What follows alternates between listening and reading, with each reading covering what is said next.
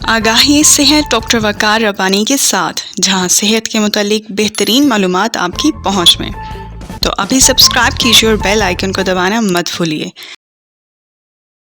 السلام علیکم۔ Health awareness series میں آج ہم بات کریں گے کوکا کولا کے حوالے سے، چونکہ ان دنوں کافی ڈسکس کیا جا رہا ہے کہ آیا وہ کینسر کا سبب بن رہا ہے، کس طرح سے بن رہا ہے۔ تو بیسیکلی اس بات کو سمجھنے کے لیے سب سے پہلے جو ہے اسپارٹم جو ہے، جو ایک آرٹیفیشل سویٹنر ہے، جو ایک مصنوعی مٹھاس ہے، اسے سمجھنے کی کوشش کرتے ہیں۔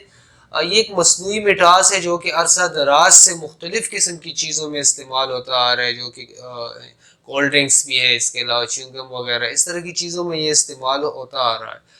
اب ورلڈ ہیلتھ آرگنائزیشن کا ایک ادارہ ہے کینسر کے حوالے سے، انہوں نے اس کے بارے میں کہا کہ ممکنہ طور پر یہ پاسبل ہے کہ یہ جو ہے کینسر کا سبب بنے، اور اس کے بارے میں بھی وہ بات کر رہے ہیں، یعنی کہ 14 جولائی تک، اس مہینے کے مڈ تک جا کے یہ فیصلہ ہو سکے گا کہ آیا یہ خطرناک ہے بھی یا نہیں ہے۔ لیکن کافی اس چیز کو لے کے شور مچ ہے۔ بہرحال اگر تو ہم کینسر سے ڈر کے کوک یا جتنے بھی کولڈ ڈرنکس ہیں ان سے چھٹکارا حاصل کر سکتے ہیں تو یہ بہت بڑی بات ہے، اور اس میں نئی کوئی بھی بات نہیں ہے۔ جتنے بھی کولڈ ڈرنکس ہیں، کیا وہ ذیابیطس کا سبب نہیں بن رہے؟ کیا وہ ڈائبٹیز جو ہے وہ پیدا نہیں کر رہے؟ پاکستان جو ہے اس وقت پوری دنیا میں ٹاپ پر ہے۔ کیا وہ دل کے امراض میں سبب نہیں بن رہا؟ کیا وہ جگر کے امراض میں سبب نہیں بن رہا؟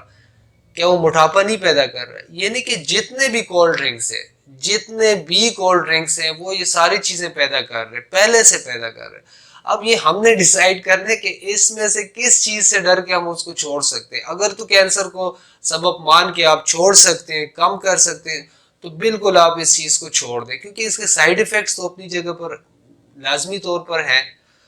تو ان ساری ڈسکشن میں سے جو ہمارے لیے جو بہترین چیز ہے، ہمارے فائدے کی جو چیز ہے، وہ یہی ہے کہ کم سے کم ہم ان چیزوں کو سمجھیں کہ جتنے بھی کولڈ ڈرنکس ہیں ان کے سائیڈ ایفیکٹس بھی ہیں، زیادہ ان کا استعمال جو ہے ہمارے جسم کے لیے وہ بہتر نہیں ہے۔